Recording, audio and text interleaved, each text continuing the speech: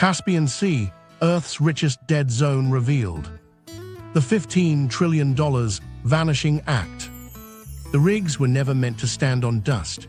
Crane arms froze above a cracked seabed, pipelines arched like ribs, and the harbor pilots in Aktau watched their depth gauges slide towards zero. Over the last decade, the Caspian fell about 114 centimeters, roughly 7 centimeters a year. Get this, the world's bracing for rising seas, this one is bleeding out. If the line keeps dropping, 5 countries face up to $15 trillion in stranded ports, pipelines, rigs, and even reserves marooned beyond reach. And here's the twist, it isn't just climate. It's engineering, geopolitics, and one quiet legal fiction that put everything on wheels.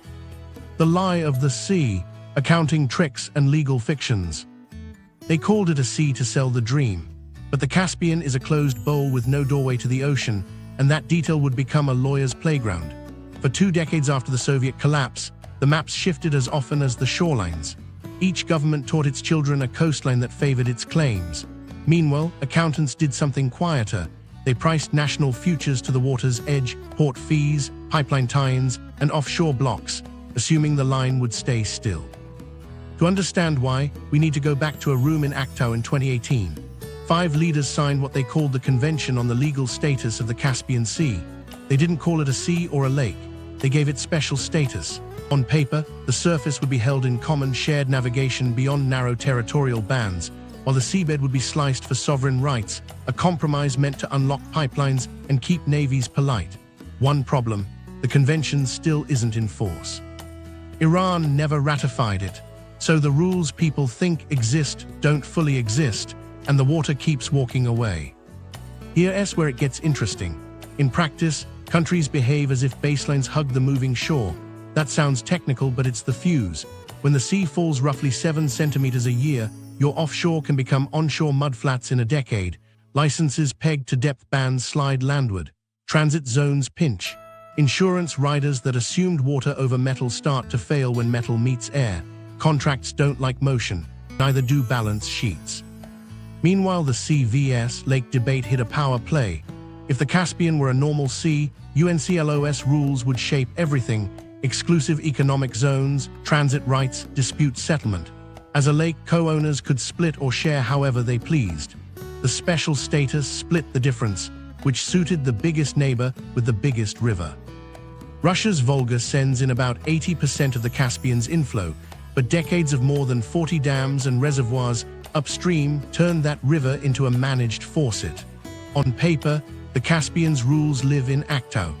In reality, the switch sits hundreds of kilometers north behind concrete. While that was happening in Moscow's water agencies, ministries in Baku, Astana, and Ashgabat built budgets on shoreline access. Port authorities booked throughput 5 years out. Oil companies modeled Kashagan and Tengiz on crew boats skimming shallow flats and barges threading dredged channels. Customs banks counted on ferry lines to clip the corner of Eurasia. Every centimeter mattered, but nobody priced the centimeter. Not correctly. What nobody knew at the time, or didn't admit, was how fast hydrology would blow through legal prose. The northern Caspian, barely deeper than a city bus in many places, is unforgiving. When the surface drops about 114 centimeters in 10 years, the world shifts. A port's approach channel thins. A pipeline landfall perches too high. A territorial sea that was navigable ends at reeds and dust. Lawyers say rights persist through natural fluctuation. Engineers say your tug just grounded. Here's a micro-story. A survey team out of Atirau drove their hillocks onto what their 201 charts called 3 meters of water. Gulls stood where their sonar once pinged. By lunchtime, they logged a new baseline 2 kilometers offshore on foot. The next day, a mid-level official penciled a note: extend dredging by 1.8 kilometers. No hearing, no treaty, costs doubled, delivery windows slipped. That line item rippled up to a national budget already pegged to oil prices. It couldn't control, and water levels it didn't fully measure. The special status had another quirk. Surface use in common offered everyone navigation, but splitting the seabed encouraged a rush to claim and build. Platforms sprouted in zones now inching toward air, especially in Kazakhstan's sector. Kashagan, sitting in roughly 3 to 4 meters of water, was always a high-wire act. Sour gas, ice in winter, heat in summer. The sea designation made it glamorous, the lake reality made it fragile. As the depth slipped, the permitting logic stayed stuck. If your concession is valid, but your barge can't reach, the contract lives while the project suffocates. Meanwhile, across the water, Azerbaijan charted its offshore future into the southern gas corridor. Splitting the seabed made sense for pipelines, but look at the loophole. The 2018 convention's promise is still in a ratification queue. Any Trans-Caspian route leans on practical consent and fragile détente more than binding clarity. And all the while, the drawing board rests on a table with one leg sawn shorter each year by evaporation. This was the moment everything changed, when accountants started seeing marooned hardware not as temporary disruption, but as liabilities creeping forward in time. Decommissioning costs moved from the tail to the middle of the project life. Insurers wrote exclusions for insufficient water depth. Port authorities revised draft limits. A quiet reckoning began. If the Caspian keeps falling, $15 trillion in combined assets and implied future value could flip. Ports you can't reach, pipelines you can't fill, reserves you can't extract at cost. Here's the sting. The convention's language gave leaders headlines and ribbon cuttings, but it didn't fix the moving target under their feet. Baselines tied to a receding shore are baselines on wheels. Every negotiation since 2018 has played out against that slide, even when diplomats refuse to say the number. 7 centimeters a year. It sounds small. It's a courtroom's worth of distance every sunrise. While the lawyers argued, the water kept falling and the hardware began to break. The disappearing waterline. Geography turns on finance. Follow the water. The Caspian breathes in through rivers and breathes out through the sky. There's no ocean to buffer mistakes. Heat has inched up, summers stretch longer, and the air takes more than it gives back. Precipitation patterns wobble. Meanwhile, one river, the Volga, does the heavy lifting, delivering about 80% of the inflow. But it's not a wild river anymore. It stepped through more than 40 dams and reservoirs, scheduled like a factory, gated by spreadsheets far from the shore. Here's where the meter matters. At roughly 7 centimeters of loss each year, about 114 centimeters over the last decade, the physics of ports turn into finance. Draft is money. Every centimeter that disappears pulls cargo off a ship and onto a balance sheet as cost. In Astrakhan, pilots start shaving safety margins. In Aktau, operators lighten loads to keep keels off the bottom. It sounds like a minor inconvenience until you multiply it by voyages, then by a year, then by the cost of missing a delivery window on a contract priced to Brent plus a thin premium. Meanwhile, salt and layers rearrange life under the surface. Warm water sits on top of colder, denser layers. The mixing weakens. Oxygen doesn't trickle down like it used to. In the northern shallows, the hypoxic zone spreads. Fish squeeze into smaller banded habitats. The rest goes quiet. Industrial intakes feel it first. Filters gummed by blooms, pumps cavitating as suspended solids spike, maintenance crews working midnight shifts just to keep the lights blinking on tank farms. Dead zone isn't a metaphor when a trawler's deck holds more algae than catch. Back on shore, the sea line pulls back by meters you can measure on a morning walk, then by kilometers you map from a drone. Pipes that once kissed the surf now end in weed and dust. Cooling intakes perch above puddles. A decade ago, contractors set a pump at the safe elevation. Now they lay extension joints like prosthetics, chasing a vanishing shoreline. Each add-on is a PO, each PO a delay, each delay a penalty clause warming up in somebody's inbox. Here's the crazy part. The seasonal pulses that ports rely on, the spring swell that used to add precious draft for a few weeks, don't show up like clockwork anymore. Hydro per upstream peaks for industry, not for harbors. Navigation schedules in the Volga Basin, flood control needs, and electricity dispatch curves combine into a hydrological script that doesn't care if Baku's ferries need 8 more inches in May. A tug operator can tell you the month by the scrape on his hull, but that doesn't move a gate inch fair. Unknown to them, across the water, insurance underwriters adjust models in quiet updates. Insufficient water depth slides from a hypothetical to a hard exclusion line. Premiums nudge up for anything with a hull or a mooring post. Self-insurance grows in the grey market. Ports consider emergency dredging, millions to drag sand, knowing evaporation outruns excavation.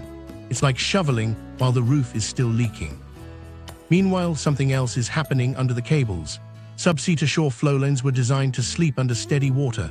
Expose them to air swings and sun, and steel behaves differently. Thermal cycles stress joints. Expansion loops do their slow dance on drying mud.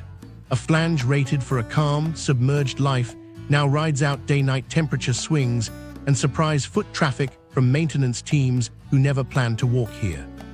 Risk managers start asking about retrofits. Accountants ask who pays.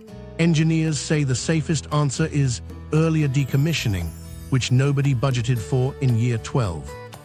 Ports try workarounds. Lightering chains sprout. Big ships stop at deeper waypoints. Smaller craft shuttle cargo the last shallow miles. Floating storage soaks up the slack. It works, but at a cost. More hands, more handoffs, more fuel, more time. Reliability windows shrink. Schedules waver with the wind. A gusty week can stall an entire ferry corridor, and the backup plan is a rail yard 300 kilometers inland groaning under containers that were never meant to touch dry ground. Then comes the microeconomy of dust. Exposed flats dry into salt-laced crusts that a summer wind can loft straight into town. Clinics see spikes in respiratory complaints. Warehouses swap filters twice as often. Grain elevators clean grit from augers that weren't built for this. It's not a headline, it's a drag coefficient on everything. Finance hears all of this as basis risk. Netbacks erode when vessels underload, when berths sit idle, when a pipeline feeds a plant that can't cool at full tilt. Contracts priced on assumptions, draft, transit times, seasonal water start to wobble. Traders discount routes they can't trust. Lenders add points to loan rates for port upgrades that trail the problem. A centimeter becomes a fraction of a percent. Fractions stack. This was the moment everything changed for planners. The realization that more dredges and longer pipes don't fix a bowl that's evaporating faster under a warming sky, while its river is regulated for somewhere else's priorities. To understand why the next decisions get so tense, we need to go upstream to the hands on the valves. Volga gatekeepers, the upstream switch you don't see. 3 days earlier than a storm that would shut Aktau for a week, a meeting room in Nizhny Novgorod filled with graphs, hydropower dispatch curves, navigation windows for river barges, flood control thresholds. Not a single slide mentioned Baku's draft or Astrakhan's silt. Yet every slider on that screen would decide how much water reached the Caspian 6 weeks later. The Volga delivers roughly 80% of the Caspian's inflow. It's not a river anymore, not in the old sense. It's a staircase of reservoirs: Rybinsk, Gorky, Cheboksary, Kaibyshev, Saratov, Volgograd, more than 40 major dams and control points across the basin, each with its own manager, mandate, and pressure from a different part of the state. Think of it as a single machine with many hands on the dials. Here's where it gets tense. Power utilities want steady releases to meet industrial demand. River shippers want higher water during their navigation season. Flood managers keep room in the lakes for spring melt. Environmental authorities push for pulses to trigger fish spawning in the lower Volga Delta. Add drought years, heat waves, and a war economy gobbling megawatts. The Caspian isn't on the agenda, it's the sump at the end of everyone else's plan. A port pilot down south reads the result in centimeters. One upstream policy tweak, holding back a little longer to fill a reservoir before peak summer loads, means the spring bump that used to grant an extra 10 to 15 centimeters of draft in May now arrives in June, or not at all. In Baku, a ferry schedules a heavy roll-on load around that window. It misses. Lightering bills stack. A contract penalty lands. Meanwhile, something else is happening in the delta. Fish that once keyed on snowmelt surges to move and spawn now meet a flat line. Sturgeon, already hammered by poaching and habitat loss, lose another cue. Local fishers talk about silent springs, no run, no catch, no payday. The ecosystem thread and the logistics thread not together, then fray. From Moscow's perspective, the math looks rational. Keep turbines spinning when aluminium smelters peak. Time releases to protect riverbank towns from overflow. Maintain barge depth to move grain. But down in the Caspian, where the bowl only breathes out to the sky, those optimizations subtract from one place. A centimeter withheld upstream is a centimeter not gained at sea level. Over a decade, with evaporation running around 7 centimeters of loss each year, The compounding is brutal. There's also the opacity. Data sharing between basin managers and Caspian ports lives in a gray zone of advisories, not guarantees, phone calls, not treaties. A dry memo says anticipated release increase second half Q2, and a harbor master bets millions on dredging schedules and staffing rosters that might not match the river's mood. When the gates do open without warning, catching up after a dry spell, silt dumps where channels were just cut. Dredgers re-dredge, budgets bleed. Here's a micro story. In late April, a dispatcher in Volgograd juggled conflicting orders: hold to protect upstream banks already waterlogged by rain, and release to meet a grid spike. They split the difference. Downstream, a Kazakh contractor had timed a barge conv, bringing crane parts for a port retrofit, counting on that historical spring lift. The lift didn't materialize. The convoy anchored out on the margin. 2 weeks of burn rate later, the project slipped to autumn. By winter, ice would seal the northern shallows, a 9-month delay born from a 2-week hedged release. Officials will tell you coordination is improving. There are basin councils, technical committees, modeling teams, and there are genuine constraints. Rainfall is down in some subcatchments, heat is up, evaporation off those vast reservoir surfaces steals as much as mistimed gates. But there's a structural truth. The Volga was engineered to serve land, not a sea. Every benefit cashed upstream becomes a cost downstream that no single agency has to book. While that's happening in conference rooms, unannounced releases ripple out as surprises you can't insure. A port loader schedules overtime for a midnight push, only to find berths too shallow. A refinery cuts runs because its cooling intake lost head pressure in a hot spell. Emergency dredging crews get the call again. Politicians stage shoreline visits, promise task forces, and then stare at river maps that belong to another ministry. Now remember, this is a basin where the legal regime calls the Caspian a body with special status, but puts no hard obligations on the river that feeds it. The 2018 Aktau fanfare never came with a hydrological annex, and Iran's non-ratification keeps it from full force. You can split the seabed, you can promise shared surface navigation, but you can't legislate a centimeter at the mouth of the Volga if every lockmaster upstream answers to a different clock. What nobody knew at the time, or pretended not to, is that crisis doesn't announce itself with a single bad year. It arrives as a pattern of almosts: almost enough draft, almost on time, almost safe for spawning. Ports respond with duct tape fixes, temporary suction lines, rented barges, borrowed tug horsepower, until temporary becomes permanent. Then the invoices teach the lesson policy wouldn't. This is a managed river, and the Caspian is downstream of management. This was the moment everything changed for the 5 states on the shore. Quiet diplomacy moved from flags and flashbulb summits to spreadsheet diplomacy, hourly flow data, release calendars, emergency lines that actually pick up. It's not glamorous, but without it, every centimeter the sky takes in the dam's delay becomes another centimeter of metal on mud, another clause triggered, another plan rewritten. Downstream, the oil fields that built fortunes were next in line to feel the gatekeepers' Marooned hand. Mega projects, oil rigs, pipelines, and sinking budgets. While the meetings upstream juggled centimeters, the gamble downstream came due on steel and sulfur. Kashagan was always a moonshot in shallow water, about 3 to 4 meters on a good day, built on artificial islands to keep men and machines above winter ice and summer heat. It is one of the world's most expensive oil projects, with costs exceeding $50 billion. Engineers designed a ballet of crew boats and low-draft barges threading dredged channels, landing on causeways where sour gas hissed through pipes lined to resist corrosion. The choreography worked when the bowl held steady, then the tide that never meets an ocean slipped away. Here's where it gets real for a rig boss. A morning weather check used to mean wind and ice reports. Now it starts with a daily draft read on the access channel. A few centimeters gone, and the supply barge that carries valves, seals, and food doesn't clear the sill. Miss the window and you burn a day.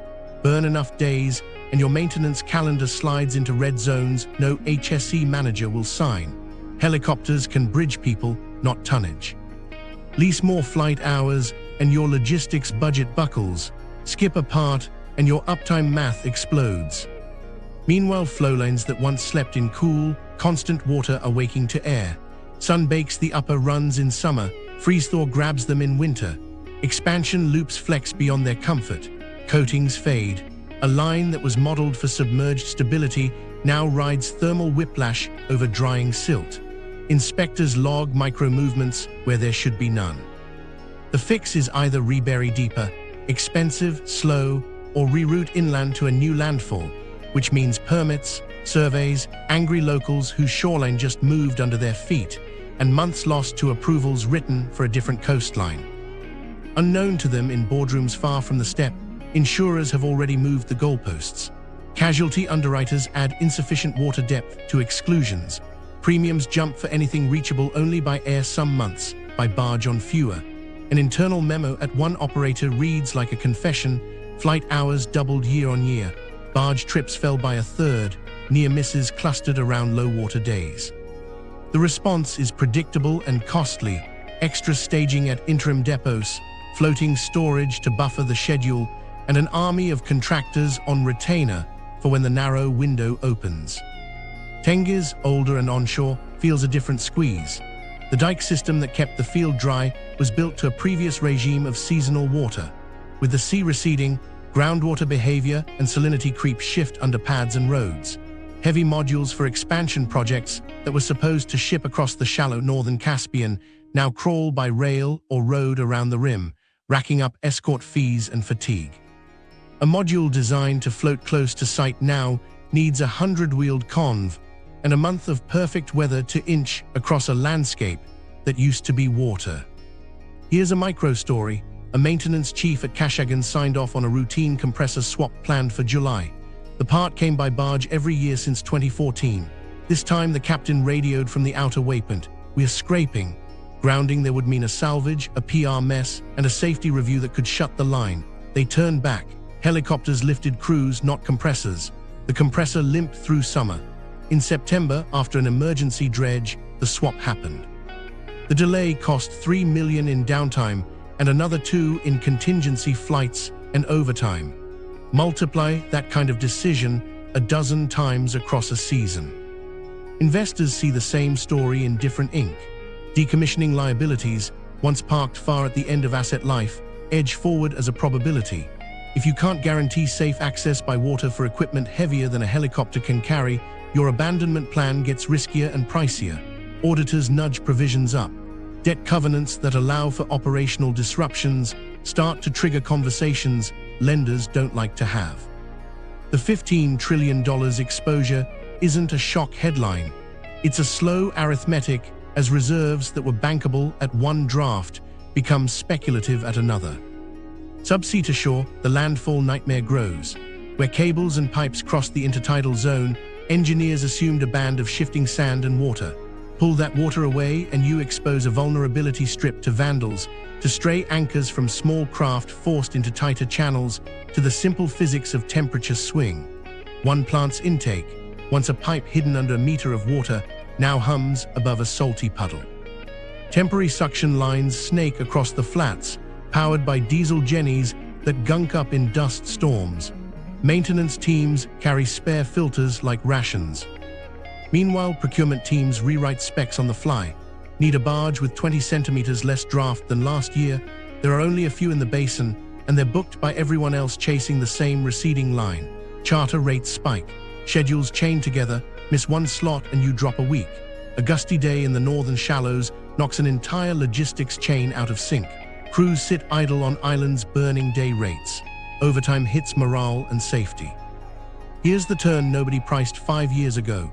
As logistics degrade, emissions rise. Sour gas processing already runs hot on carbon math. Add more helicopter lifts, more dredging passes, more standby flares during delayed maintenance, and your methane intensity worsens. ESG screens that were once a distant investor whisper show up as real constraints on refinancing. A project built to print cash now has to explain both physical risk and reputational drag in the same deck. This was the moment everything changed for the operators.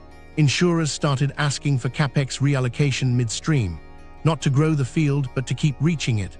More dredges, taller causeways, deeper burial for lines that were never meant to see air.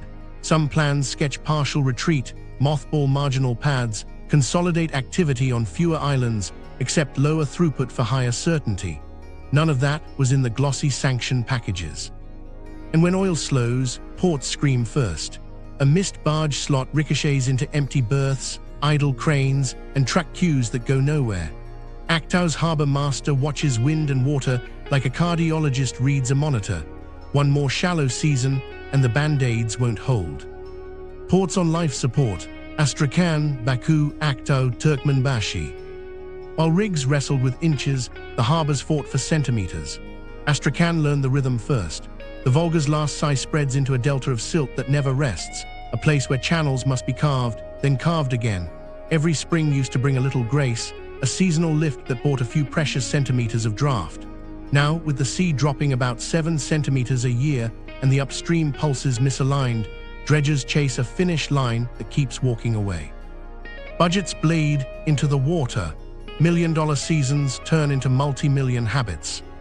In Aktau, the harbor master runs a morning ritual that sounds like triage: depth readings, wind, wave set, then a list of ships and their drafts cross-checked against a channel that thinned overnight. Lightened by 600 tons, he tells a captain who's already shaved margins. That cargo comes off somewhere, onto rail, onto trucks, into time. And time is money when a delivery window was priced to a depth that isn't there anymore. Multiply that by voyages, and you get a port ledger tilted by physics. Baku feels it as a scheduling disease. Ferries in the Trans-Caspian chain depend on tight handoffs, roll on, roll off, onto rail through the Caucasus.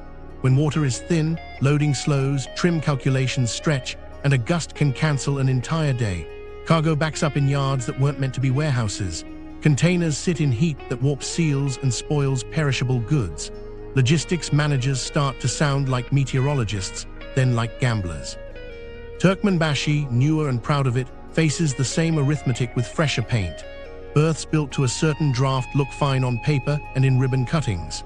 In practice, pilots whisper that they need another 10 to 15 centimeters just to sleep at night. The workaround is expensive and immediate: dredge and then dredge again. But in a basin evaporating faster and fed by a river run to someone else's calendar, each pass is a temporary ceasefire. Sand returns. Evaporation doesn't care about yesterday's invoice. Here's where the ports get creative and poorer. Lightering chains pop up like scaffolding. Big hulls halt at deeper waypoints. Smaller, older vessels ferry cargo the last shallow miles. Floating storage tanks anchor offshore to buy time on tides that barely matter. It works. It always works for a while. But every extra handoff adds risk, fuel, and insurance headaches. An accident in a narrow, dredged corridor spreads oil across flats that only just dried out, and cleanup teams learn what self-insurance really means when P&I clubs exclude insufficient water depth incidents. Rail and road pick up the slack, but at a premium. Kazakhstan's inland yards fill with containers meant to touch sea, not soil. Double-stacked trains crawl across hot steps where heat cycles warp rail and slow dispatch. Truckers queue at border posts calibrated for different seasons.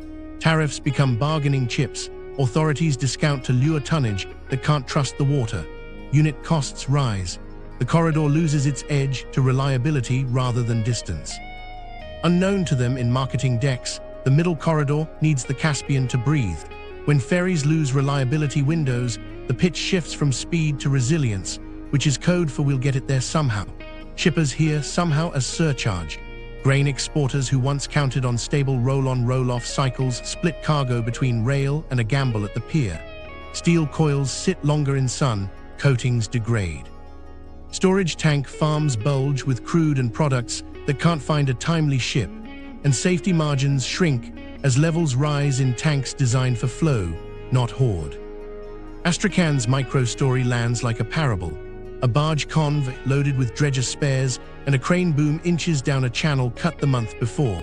Overnight winds drop water by just enough that the stern kisses bottom in a bend. The convoy halts. Tugs spin, dig, and risk grounding themselves. 14 hours later, the chain moves, but the day's high tide window is gone. The convoy anchors out, crews idle on overtime, and the dredger that needed those parts sits silent, while the channel it cleared begins to silt back in. Baku's adaptation looks nimble from afar. Digital slot booking, predictive models blending wind, temperature, and upstream advisories, and a constant handshake with rail operators to absorb surges. On the ground, planners carry two sets of schedules, the official one and the one the water will allow. A dust storm from exposed flats rolls in on a Tuesday, and visibility drops with lung capacity. Crews rotate out early, cranes slow, filters clog. Hospitals in coastal districts report spikes in respiratory cases.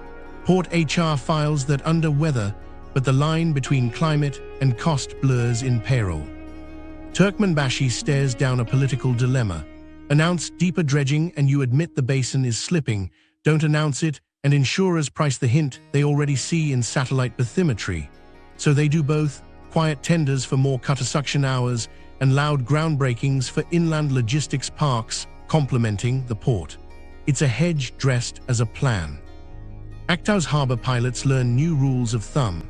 A crosswind at 12 knots on a day 3 centimeters below last week's mark means cancel the heavier ferry first.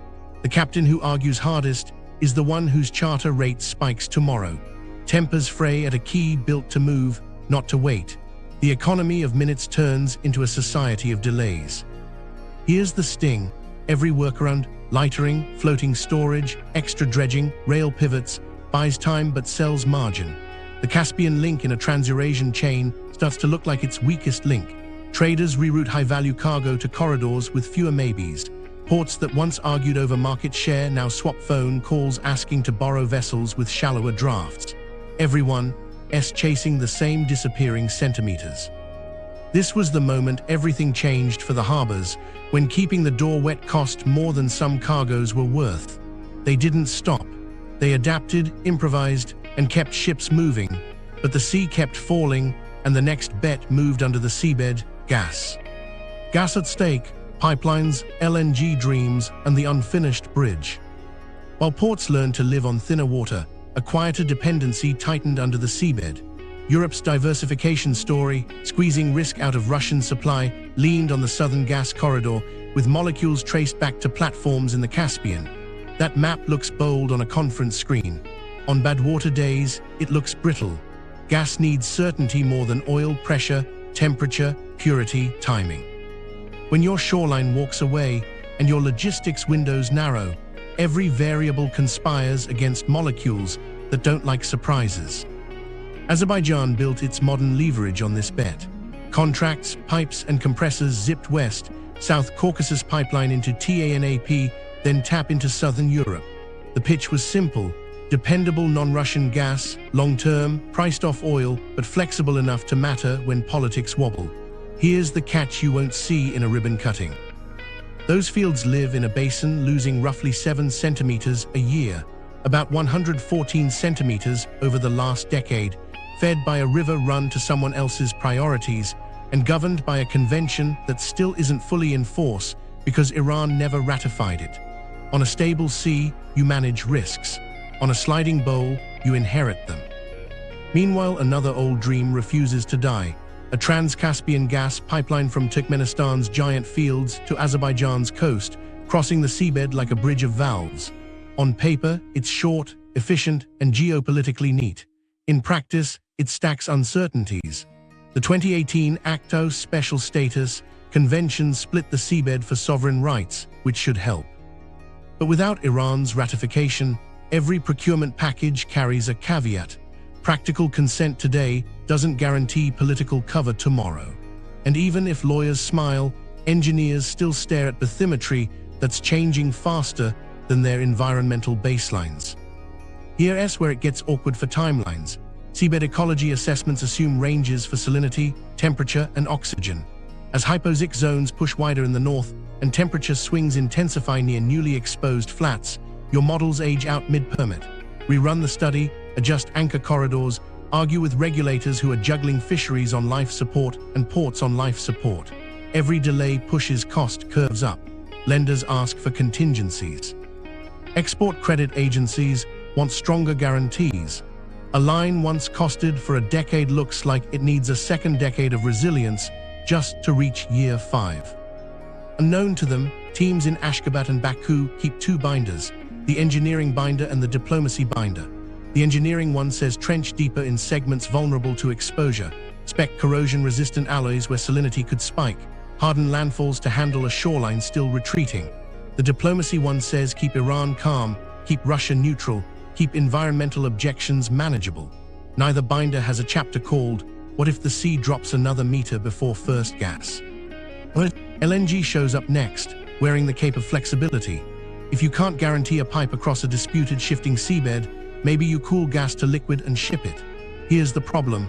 LNG needs deep, stable water, berths with guaranteed drafts, and some operations that don't stall in dead zones or dust storms. The Caspian today offers shallow approaches, thin reliability windows, and air so hot that boil-off rates demand power you don't have when the grid's stretched. You can dredge, but evaporation outruns excavation. You can site floating units offshore, but then you're back to lightering chains and insurance riders that hate gray areas. There's also the carbon math that creeps in once logistics wobble. Sour gas processing at Kashagan already punches above its weight on emissions. Add detours, helicopter lifts, standby flares when maintenance slips, and methane intensity trends the wrong way. European buyers, staring down their own regulations, don't want to import someone else's compliance headache. Contract addenda start to include emissions disclosures you didn't plan to publish. Pricing tells the story without adjectives. Every missing centimeter at a berth clips cargo, every late dredge drags schedules, every upstream gate decision shaves throughput downstream. Netbacks erode by slivers, fractions of a dollar here, a percent there, until your break-even inches past what a buyer will stomach for security of supply. Security isn't a blank check. Traders favor routes they can model. A corridor with maybes becomes a discount lane, and gas that was a strategic prize turns into optionality, nice to have, not essential. Here's a micro-story that reads like a footnote but lands like a warning. A compressor upgrade at a coastal metering station needed a heavy transformer. In previous seasons, the plan was simple: barge to a near-shore pad, roll off, crane into place. This season, the waterline sat 30 meters farther out, with a mushy intertidal strip where cranes bogged down. Engineers sketched a temporary mat road across drying flats, geotextile gravel steel plates. Permits slipped as agencies argued over who's in charge of land that used to be sea. The transformer arrived by a detour at night under escort. The upgrade missed its window. Contracts survived, faith in the calendar didn't. Meanwhile, the unfinished bridge remains unfinished because the river upstream writes the schedule. Even with perfect politics, a Trans-Caspian pipe has to live with a basin that's physically changing faster than concession terms can update. You can build for today's depths and temperatures, but tomorrow's are already on the move. Every safety factor you add costs, money you only earn if the door stays reliably wet. This was the moment everything changed for gas planners, when the Caspian shifted from enabler to constraint. Not a romance about new routes, but a sober tally of centimeters, clauses, and calories of heat leaving the bowl. While officials pitched megaprojects, the practical question got smaller and sharper. How do you keep molecules moving when the bridge you need is built on a vanishing shore? The richest dead zone: Sturgeon, Caviar, and collapse economics. Meanwhile, beneath the spreadsheets and dredger logs, the living engine that fed these shores started to stall. When warm water sits atop cooler layers and the mixing weakens, oxygen doesn't reach the depths that need it. In the northern Caspian shallows, that Hypoxia band widened season after season, aligned with hotter summers and more stratified layers. Trawlers found murk where schools once shimmered. Pumps at industrial intakes gulped algae and grit, filters choked, and night shifts swapped cartridges like triage nurses. Dead zone moved from metaphor to maintenance ticket. Here's where it hits culture and cash at the same time: Sturgeon. For centuries, these armored migrants turned rivers into family savings, their caviar currency as real as any banknote. They key off spring pulses to move and spawn, but remember the Volga's staircase and those factory-scheduled releases. Flatten the surge and you flatten a life cycle. Add poaching pressure, shrinking nurseries in a delta now pinched by silt and salinity creep, and the line breaks. Fishers talk about silent springs: no run, no net lift, no money for school clothes. A micro-story from the Delta tells it straight.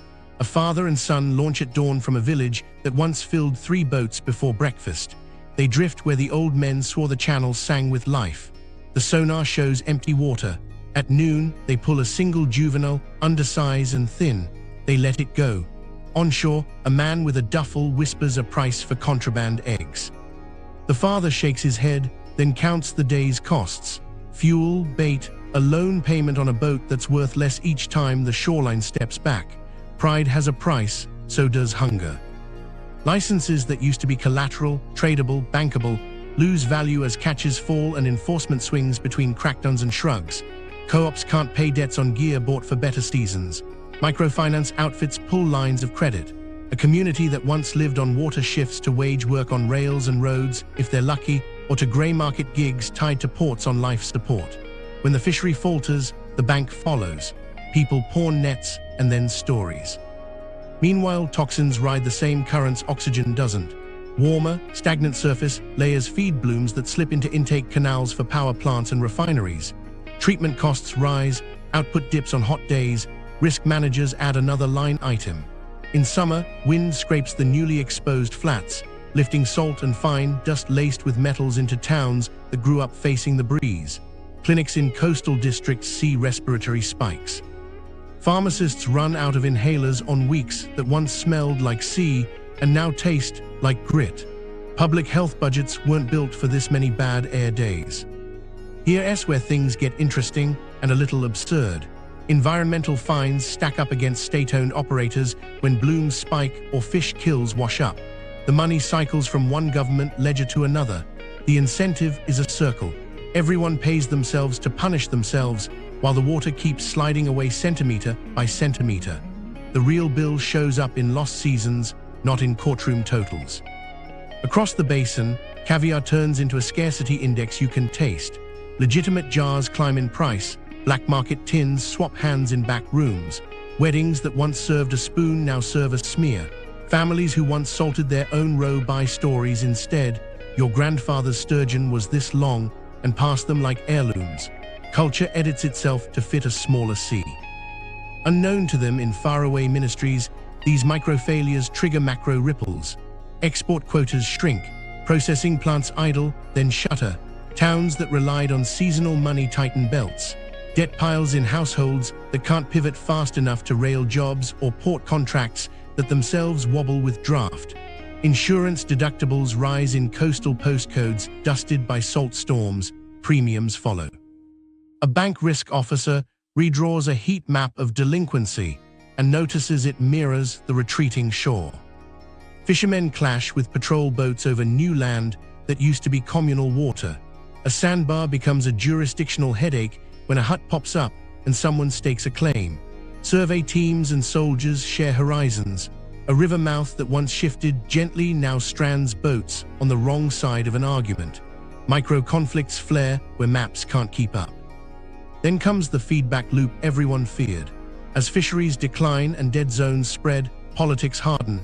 Each state polices its slice of the sinking bowl with a heavier hand, even as the biology that ignores borders collapses in concert. Cooperative hatchery projects promise restocking. Survival rates in stressed habitats erase the hope. A fingerling released into low-oxygen water is a statistic waiting to disappoint. Here's the quiet collapse most spreadsheets miss.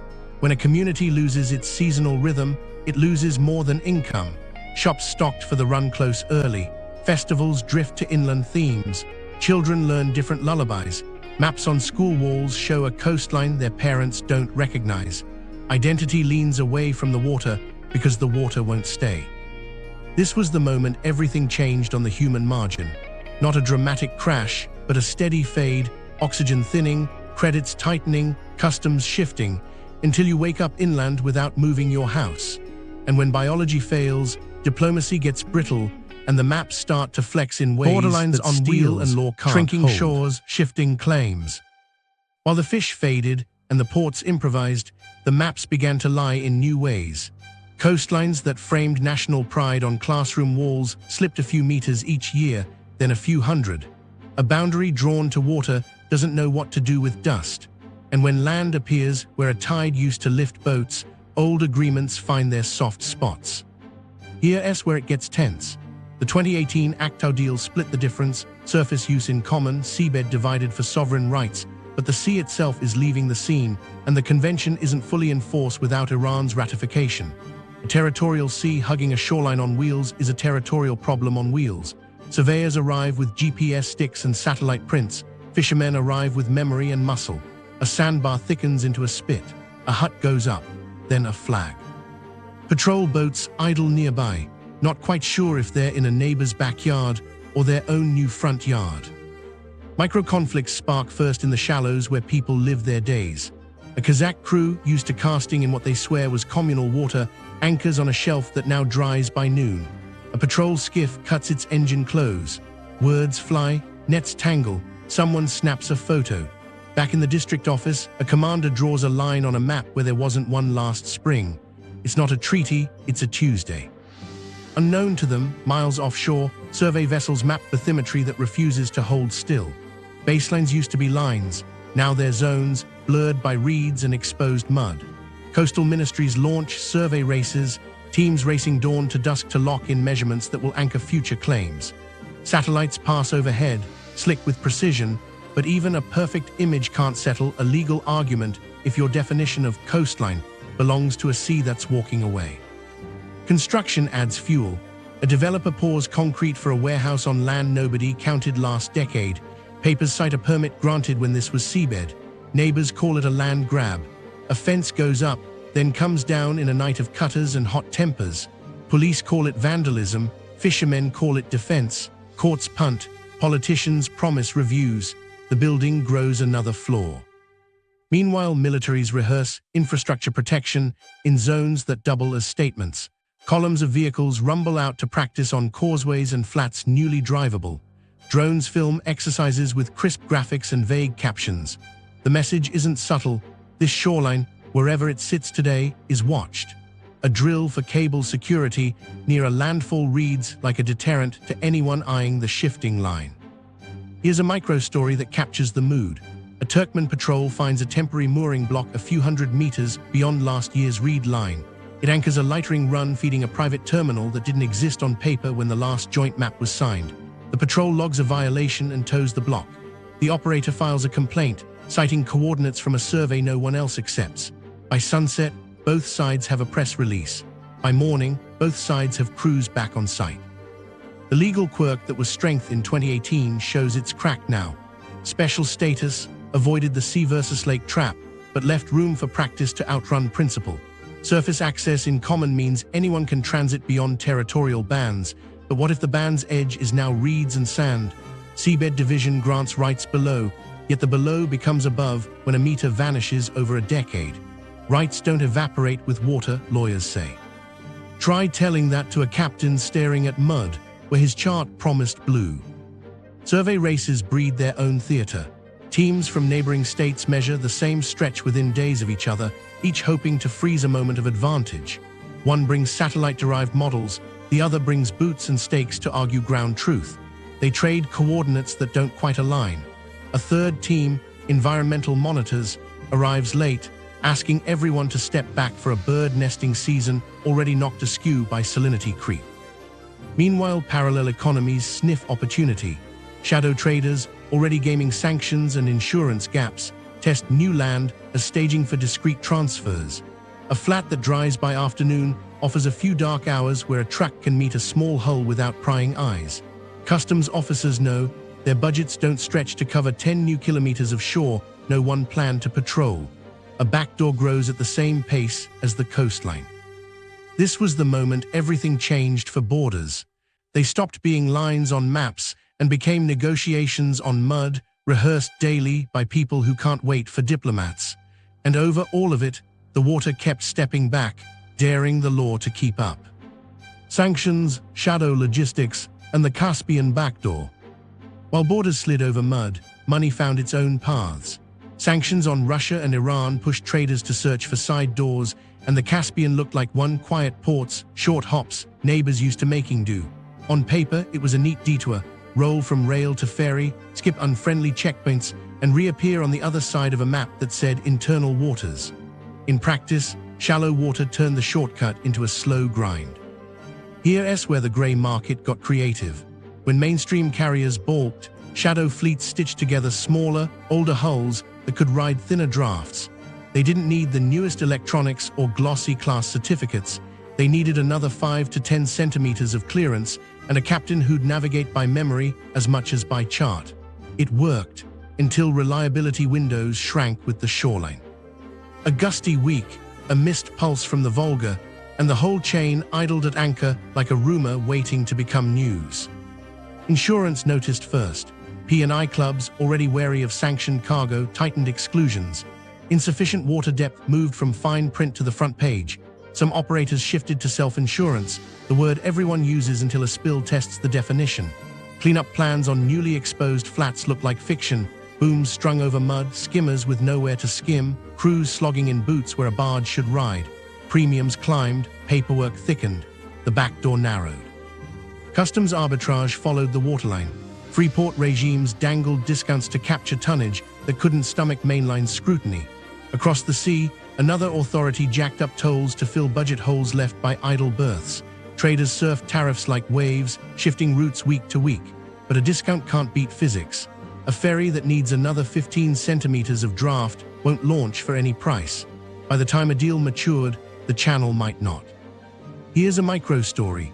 A broker in Almaty lined up a sanctioned cargo relay, rail to a Kazakh yard, truck to a shallow slip, midnight transfer onto a low-draft coaster, dash across to a private terminal with a friendly gate. Everyone had a slice, the yard, the truckers, the captain, the clerk. The night before sail, wind shaved water just enough to put the keel on edge. The captain called it. They held for 24 hours, fines ticked. Day 3, insurance demanded a new survey. Day 4, the buyer rerouted through a longer, dirtier overland path. The broker kept the commission but lost the client's faith. He blamed the weather. He meant the centimeter. Meanwhile, legitimate shippers tried to ride the same rails as the grey market without brushing against it. They built compliance firewalls, audited partners, and swore off cargoes that smelled wrong. But capacity is capacity. When shadow fleets book the few hulls that can still work the thinning corridors, clean cargo waits behind dirty money. Reputations blur by association, banks fidget. A country that hoped the Caspian would be a pressure valve feels it as a reputational risk, a route of last resort crowded by maybes. Unknown to them, policy planners in distant capitals were penciling the Caspian into grand reroute schemes. Use inland seas to bypass choke points, read one slide. The next slide didn't mention 7 centimeters a year of lost draft or a decade's 114 centimeter slide. On the ground, lightering chains grew like scaffolds, deep to shallowest, hands on cargo at every step, each hand another fee, another delay, another place for a mistake. When a drum slips or a valve fails, there's no deep water buffer, just flats that fling spills wide on the first breeze. Authorities whipsawed between crackdowns and winks. In one port, inspectors boarded anything that looked old, checking certificates under headlamps. Across the sea, a manifest stamped at 2 a.m. with a rubber seal everyone recognized as theater. The dance kept cargo moving, but each improvisation leaned harder on a sea that offered less. A workaround thrives on slack. The Caspian had none to give. Here's where the irony bites. The very reason the backdoor existed, pressure from sanctions, made the ships older, the insurance thinner, and the operations riskier. And the very reason it failed, draft loss, had nothing to do with politics. A collapsed centimeter doesn't care about export controls, it just denies a keel what it needs. Just join the ledger too. Transfers on exposed flats kicked salt into valves, blew grit into bearings, and forced shutdowns that no spreadsheet labeled as sanctions risk. Mechanics carried air filters like talismans. Schedulers padded timetables to account for storms that smelled like the seabed's past. Margins shrank with every adaptation. By late season, the calls grew familiar. We can move your cargo, but we need shallower hulls, a weather window, and your acceptance of self-insurance. Translation: pay more, wait longer, and hope nothing happens. Some paid, many hedged away. The Caspian backdoor started to look like a mirage you chase because you're thirsty, not because it's wet. This was the moment everything changed for the shadow traders too. The math that once favored risk over rules now favored distance over doubt. Routes lengthened through deserts and mountains rather than across a sea that wouldn't cooperate. Governments pitched megaprojects to save face, new canals, deeper cuts, grand corridors, while operators in the shallows quietly asked the only question that mattered: can you keep the door wet? They knew the answer: not at 7 centimeters a year, not after 114 centimeters in 10. The backdoor only works if the door stays wet. The Canal Fantasies, Caspian, Black Sea and Persian Gulf links. When the backdoor started to dry, the sales pitches arrived wet with ambition. We'll cut a new line, officials said.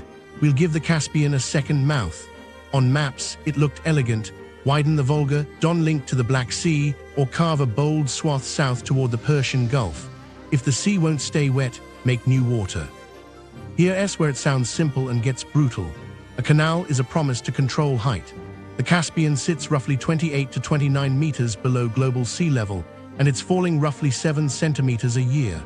Linking basins with different elevations isn't just digging, it's stairs, locks stacked like steps, each a machine that needs power, water and time. Every lock cycle loses water to evaporation and leakage. In a hotter century, those losses climb. You don't just open a gate, you blade a resource you can't afford. The Volga, Don upgrade pitch wears a familiar suit. Deepen, widen, modernize, and the Caspian regains a reliable artery west. But remember the staircase upstream. More than 40 dams and reservoirs already script the river's flow to feed grids and barges. To sustain deeper drafts across a longer season, you need higher reservoir levels, tighter coordination, and more releases timed for shipping rather than spawning, power, or flood safety. Gain cargo here, lose centimeters there. The Caspian is the sump at the end of every trade-off. Southbound Fantasies run hotter. Draw a line from the Caspian to the Persian Gulf, through Iran's mountains and deserts, and you sketch ribbon cuttings for a generation. The engineering math doesn't blink. Hundreds of kilometers of excavation, pumps to push water over divides, an army of locks, and an evaporative penalty that grows with every exposed square meter of surface. Add salinity intrusion risks where canals meet rivers and wetlands already stressed by heat.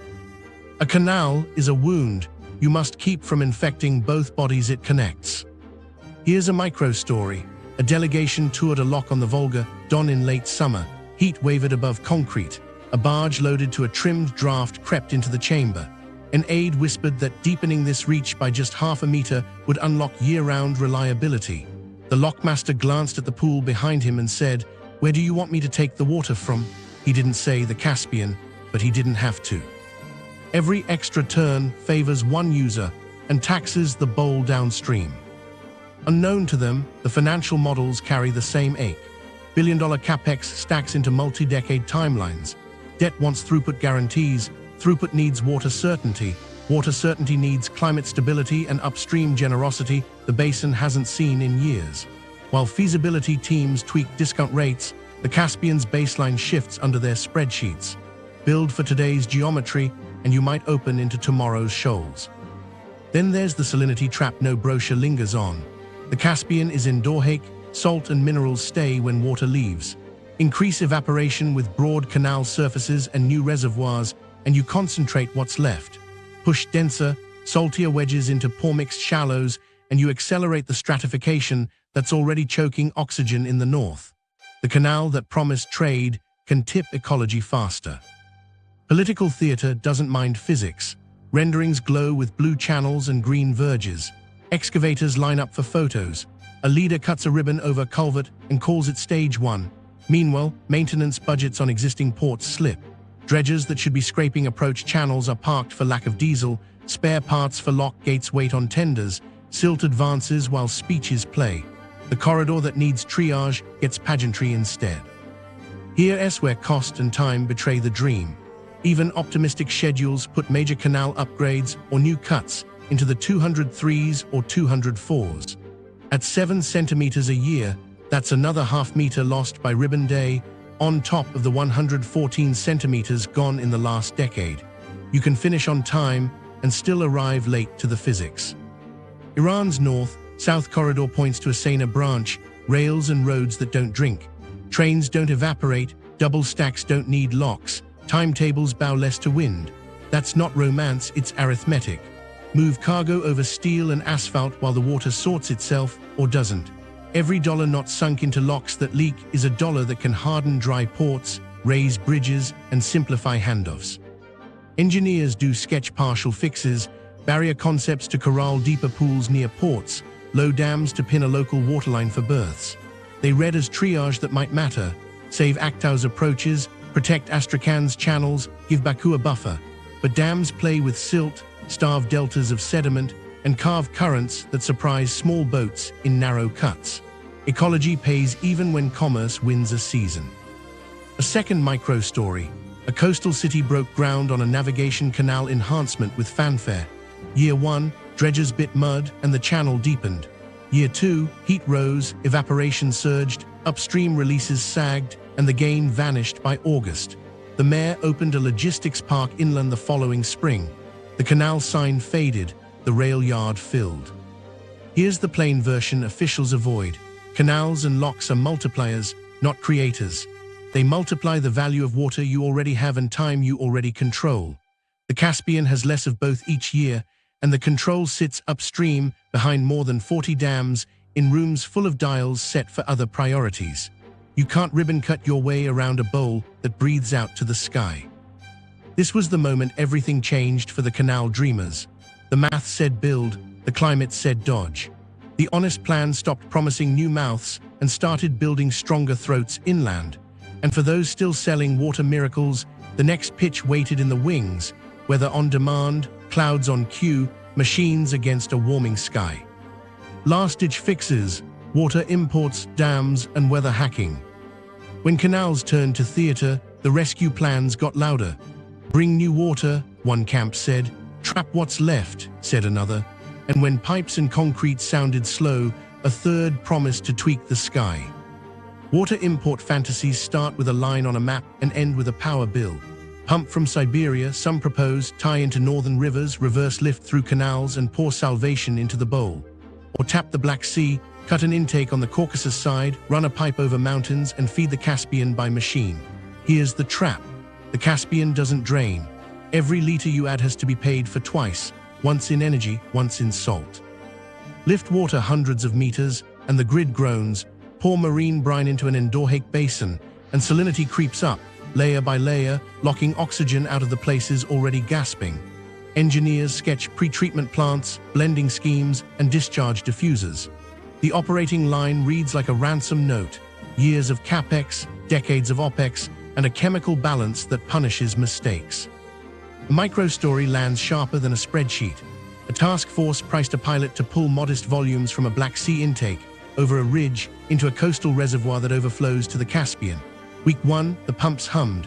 Month 2, the power utility demanded curtailments on hot afternoons. Month 3, the outflow tested saltier than modeled. Mussels died in the intake canal. Locals protested a smell they blamed on sea poison. By winter, the pilot paused to optimize. It never resumed. Barrier ideas feel tidier. Don't refill the bowl, shape it. Throw low dams and sills near ports, corral a deeper pool, and protect approach channels like aquariums. You buy centimeters where they matter, but water behind a barrier slows, silt drops, deltas starve, mud flats creep, the dredge build doubles inside your safe zone. Add gates and fish passages and you're building a micro-Volga in reverse, with the same coordination headaches and none of the upstream storage. A storm surges over a poorly timed gate, and your carefully curated pool turns into a sediment trap. Here's where it gets political. A partial barrier near Astrakhan helps berths, but pinches floodwater in neighborhoods not on the glossy render. Down in Aktau, a causeway extension might rescue a ferry ramp while shunting currents that protect a beach 2 towns over. These are not technical footnotes, they're lawsuits in waiting. Ports want guarantees, villages want dry floors, birds want a spring they can still recognize. Cloud seeding shows up like a magic trick. Silver iodide flares, promising fatter clouds and bolder rains. It can work at the margins, nudge a storm line, squeeze a few % more out of a willing sky. But the Caspian breathes out faster than any flare can push in, and the Volga's schedule still beats any drizzle. You can't seed a century of heat. Geoengineering slides past in bigger fonts, brighten clouds offshore, shade deserts to reduce regional evaporation, tug monsoons with aerosols. The science is complex, the politics are worse. Who gets the downpour, who gets the drought, and who signs when a flood downstream kills? Unknown to them in ministries pitching miracles, The math that matters sits upstream in pipes and pivots. Demand-side realism says fix the leaks, line the canals, upgrade irrigation kits, change crops, and meter withdrawals across the Volga basin.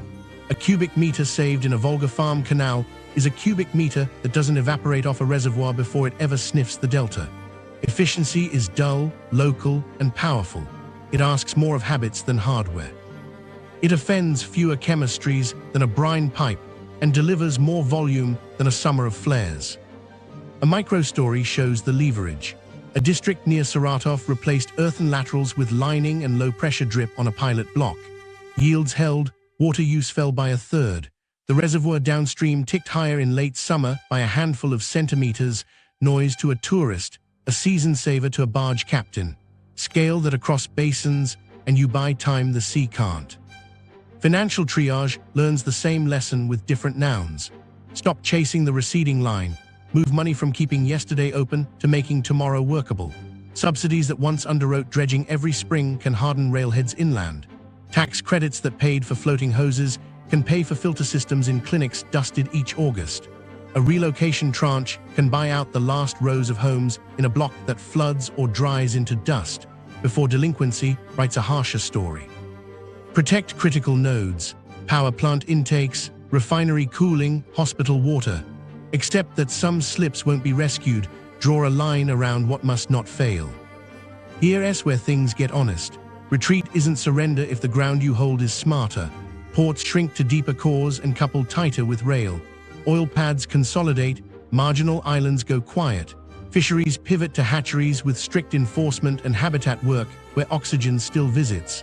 Tourism edits its brochures to salt flats and solar farms. Pride bends, budgets flex. Meanwhile, the dials upstream keep turning. Spreadsheet diplomacy, release calendars, shared telemetry, real penalties for misses, becomes infrastructure as real as rebar. A centimeter saved in April is worth more than 2 begged in August. Pay for that, not for fairy tales. This was the moment everything changed for the rescue crowd. The grand imports, the tidy dams, the weather on demand, all gave way to a plan with fewer photographs and better odds. Spend less worshipping the shoreline and more hardening life beyond rail, land bridge, and bypass corridors. By the time the rescue plans turned practical, the map had already started to tilt inland. The middle corridor, once a supporting actor, stepped into the lead. Trains don't need draft. Schedules bend to snow and heat, not to a river's mood or a vanished spring pulse. The pitch changed overnight, less sea, more steel. Kazakhstan moved first because it had to. Inland dry ports like Korgo's and Aktau's rail yard bulked up, then multiplied. Dispatchers built a choreography that looked nothing like maritime time. Block trains, double stacks where bridges allowed, temperate windows plotted weeks ahead. A container that would have kissed a ferry ramp now rolled on steel across the steppe, handed to cranes in the Caucasus, and threaded onto another line bound west. It wasn't faster than a perfect sea day. It was faster than a hypothetical that never showed. Here's where the story turns from hardware to habits. Ports had taught shippers to think in tides. Rail teaches them to think in slots. Miss one and you don't drift, you wait. Reliability moves from wind to timetables. The operators who learned to call pilots at dawn now call yard managers at midnight. A storm blows dust across a coastal highway and a convoy pauses. The railhead doesn't blink. Cargo that once detoured into floating storage waits under LED floodlights while switchers shuttle strings into place. Unknown to them, a spreadsheet in Hamburg or Piraeus redraws routes with a pencil, not a marker. The middle corridor still has choke points, mountain tunnels, border yards that mishear each other's software, bridges that won't take double stacks in winter. But it has something the Caspian lost: buffers that don't evaporate. Add locomotives, add sidings, upgrade signals, shave minutes. You can't pour concrete into a shrinking sea, you can pour ballast under steel. A micro-story from a Kazakh dispatch box shows the shift. A grain exporter missed 3 ferry windows in a month and nearly lost a buyer. The 4th shipment rolled inland, silo to rail, rail to Caucasus, Caucasus to Black Sea by another port with deeper water and more forgiving tides. The buyer called it late by a day, the exporter called it a future.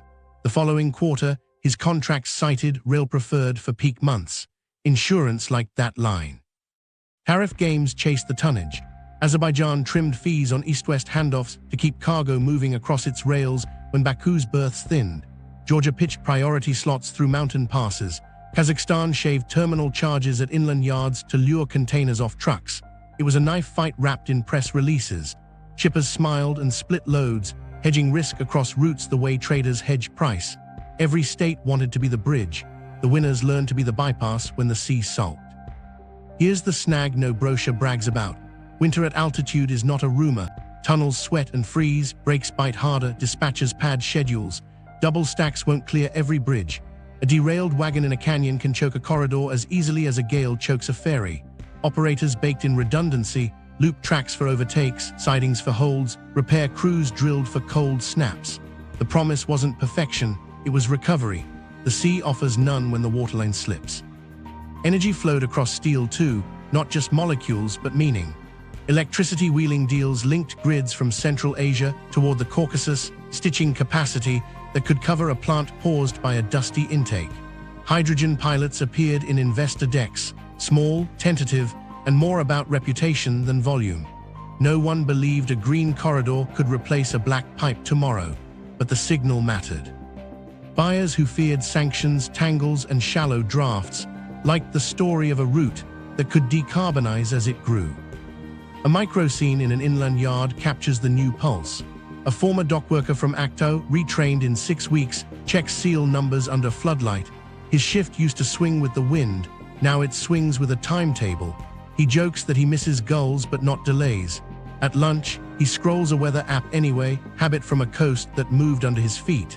The app matters less, his paycheck doesn't. Meanwhile, politicians recycled a familiar theater with new props. Ribbon cuttings at rail bypasses, not canals. The difference shows in budgets.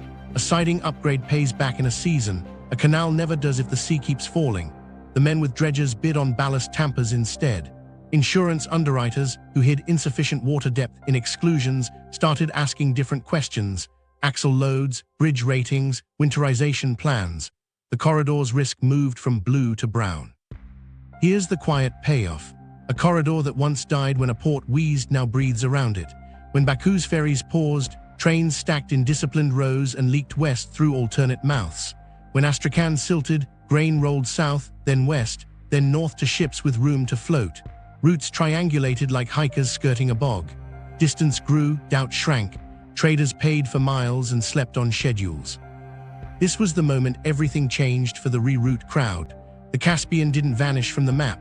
It lost veto power. The winners weren't those who shouted "sea forever," but those who built redundancy before the seabed cracked. And behind the big moves, households learned a smaller lesson. Life goes on a little higher and a little farther from a line that won't stay put. Human margins, towns, dust, and the new inland frontier. From a distance, the retreat looks like a color shift on a satellite map. Up close, it's someone's front yard turning into glare. The water pulls back and leaves a strip of cracked salt where kids used to skip stones. The family keeps the porch light on out of habit. At night, wind lifts a fine dust that tastes metallic. In the morning, they sweep the same line again. Here's a small story that keeps repeating. A fisher from Kermangazi sold his boat and bought a truck. He didn't plan a career change. The shore moved and took his slip with it. Now he runs reefer loads to inland depots that didn't exist 10 years ago. He says the highway has better moods than the sea did. He also says his back hurts in ways nets never did. On weekends, he drives his daughter past the old quay. She points to reeds and asks where the water went. He says it's out there and doesn't add, and it won't come back. Dockworkers retrain in clusters. A 6-week course turns a gangway hand into a yard checker with a tablet, counting seals instead of cleats. Some make the jump fast, others stall on screens that don't behave like knots. The lucky ones move into steady shifts with predictable nights. The unlucky drift into day labor around construction sites perched on new waterfronts that are really dust fields with marketing. Mortgages don't retrain. Households signed for sea-adjacent homes when the map still had blue at the edge. Now the bank's appraisal app loads a recent image and sees beige. Deductibles jump. Insurers add windblown salt clauses with a straight face. A storm tears roof felt in August, and the adjuster points to salinity damage not covered. People learn new vocabulary they didn't ask for. efflorescence, spall, PM25. Clinics in coastal districts ride the same wave. On hot weeks with wind, waiting rooms fill with coughs and tight chests. Nurses change filters on intake units twice as often. A doctor who once treated fishhook gashes now prescribes inhalers and signs sick notes after dust days. The bill lands on a local budget that already stretched for dredger fuel and road patches. Pharmacists know which storms eat their stock of bronchodilators. Culture edits itself under all this. Festivals that time to the first big catch move inland and rename themselves after rail junctions or harvests. A song about leaving at dawn for sturgeon becomes a song about leaving at dawn for shift change. Elders keep stories alive to make sense of the swap. Kids learn maps where the coastline is a fuzzy band. They stop drawing boats first when a teacher says, see. Here's where things get interesting at the kitchen table. Adaptation stacks small. A farmer on a newly exposed flat tests barley one year, then sunflowers the next, and lands on a salt-tolerant mix that pays better than pride would have guessed. A co-op co-signs a loan for a communal solar field on crust that won't grow much else. Panels go up where gulls nested. The project doesn't make anyone rich. It does keep lights on without worrying if the intake canal will clog this week. Public works turn defensive. Towns raise berms against dust and lay geotextile mats on patches that feed the worst storms. They plant hardy shrubs in ragged lines that look more like stitches than parks. A volunteer crew waters them with tanker trucks in spring. Kids laugh when a sand lizard scuttles across a new path. Their parents cough and keep digging. Property lines slide into arguments. A family fences a strip of newly dry ground to park a truck. A neighbor says it's communal spit. A local official shrugs and asks for patience while the registry updates. Patience runs thin when someone pours a slab for a shed and a patrol car idles at the corner. None of this makes a headline. All of it changes how people say, mine. Microfinance officers become weather readers. They reschedule payments after dust weeks and warn clients that another season like this will force write-offs. They nudge borrowers toward rail-adjacent kiosks, away from shoreline cafes with peeling paint and no customers. It's quiet triage. Save what can flip inland, let go what hugs the line too tight. And yet stubbornness survives. A widow who still shells seeds on her stoop tells a camera crew that the sea breathes. It will come back like it always did, she says. The record of her life agrees until it doesn't. Her grandson works night shift at a dry port and sends money for a new roof that won't rot in salt. All roads lead to choices that feel smaller than they are. Decommission a pier that won't see water again. Defend a power plant intake with smarter screens and backup wells. Let go of a block where dust will always win and buy the moving van before the loan defaults. Pride bends, then holds. People adjust the distance between their front doors and a horizon that keeps walking away. Counting the bill, the $15 trillion reckoning. By the time households changed lullabies, treasuries changed spreadsheets. The Caspian stopped being scenery and turned into a balance sheet that wouldn't balance. Start the tally where the water begins, upstream. More than 40 dams on the Volga, reservoirs operated to power clocks and barges, not tides and fish, shaved the pulses that once steadied the bowl. Each centimeter withheld upstream echoed as centimeters lost along ports and pipelines downstream. Now drop pins where steel meets policy. Kashagan's shallow water design, 3 to 4 meters on a good day, pushes logistics into helicopters, dredgers, lightering chains, and insurance riders nobody budgeted a decade ago. Tengiz's modules rerouted around a shoreline that moved, stacking escorts, fatigue, and fees. Landfalls migrated, flowlines met air, intakes hummed over puddles. None of that was modeled as growth capex. All of it bills as survival. Ports wrote their own ledgers in mud. Astrakhan's dredging seasons turned into subscriptions. Aktau's lightering webs saved cargo and sold margin. Baku's ferry rhythm frayed into Sturgeon stall. Turkmenbashi's drafts looked fine in brochures and thin in pilots' heads. Each harbor spent millions to buy months. Multiply those months by years, and the number starts to sound like policy, not maintenance. Fisheries fell off the asset side. Sturgeon licenses that once anchored family credit collapsed in value. Co-ops ate debt. Processing plants idled. Public health costs rose on dust weeks when clinics changed filters twice and stocked inhalers like staples. These aren't side notes. their sovereign risks hiding in local ledgers. Now pull the camera back to finance. Decommissioning liabilities creep forward. Abandonment plans priced on barges meet seasons that only fly. Auditors nudge provisions. Lenders revise covenants. Spreads widen when operational disruption stops sounding temporary.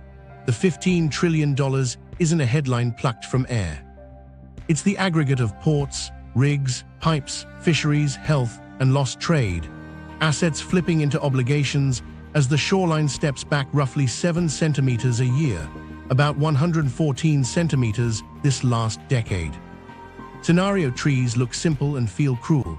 In the slow decline branch, roughly 7 centimeters a year, every year writes down drafts, writes up costs, and accelerates the migration inland. In the threshold branch, one shock, an upstream drought cycle plus a hot summer, pushes drafts past operability for a season. Insurance balks, budgets lurch. Emergency dredging can't catch evaporation. Early warning signals live in daily depth reads, upstream release calendars, oxygen meters in the north, and hospital intakes after dust storms. Miss those and the crisis doesn't arrive, it accumulates. So the strategy turns from chasing the line to moving the line you live on.